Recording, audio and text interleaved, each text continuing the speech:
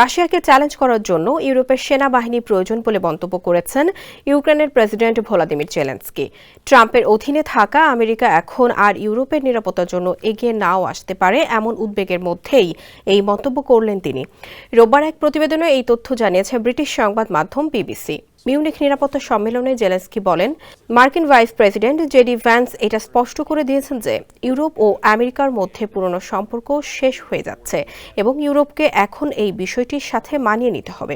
ইউক্রেনীয় প্রেসিডেন্ট আরও বলেন, ডোনাল্ড ট্রাম্প ও ভ্লাদিমির পুতিন শান্তি আলোচনায় রাজি হলেও ইউক্রেনকে বাদ দিয়ে করা চুক্তি কখনোই মেনে নেব না। গেল বুধবার রাশিয়ার প্রেসিডেন্ট ভ্লাদিমির পুতিনের সঙ্গে ফোনে কথা বলেন মার্কিন প্রেসিডেন্ট ডোনাল্ড ট্রাম্প। স্যান্ডেলিনা সো রূপচর্চায় আভিজাত্য।